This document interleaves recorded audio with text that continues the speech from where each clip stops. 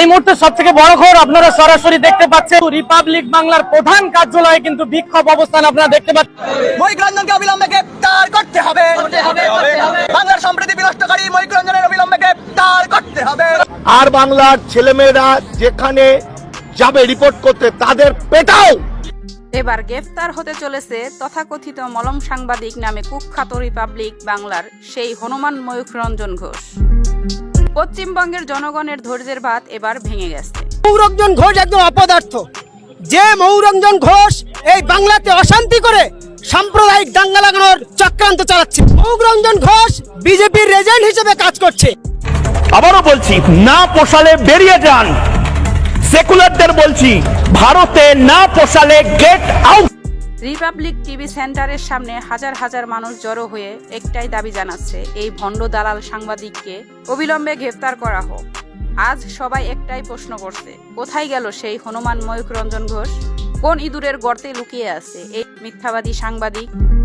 শুভেন্দু অধিকারী আর এই ময়ূররঞ্জন ঘোষ, এই দুজন শকুন প্রতিনিয়ত পশ্চিম বাংলায় সামাজিক বিভাজনের রাজনীতি করে যাচ্ছে। কিন্তু এবার মানুষ চুপ করে থাকবে না।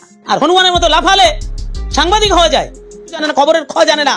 সাংবাদিক হিসাবে একজন কলঙ্কিত সাংবাদিক। কলকাতা হাইকোর্টে মামলা হয়েছে, সে জেলের ভাত খাবে।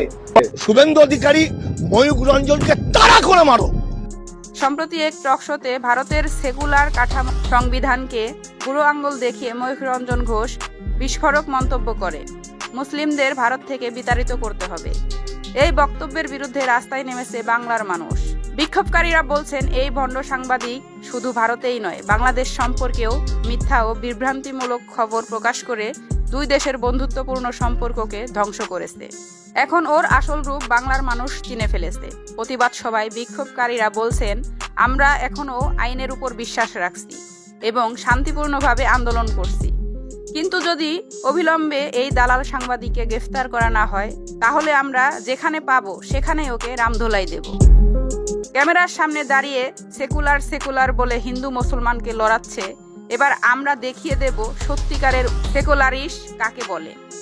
এই আন্দোলন চলবে যতদিন না পর্যন্ত ময়ূররঞ্জন ঘোষ গ্রেফতার হচ্ছে।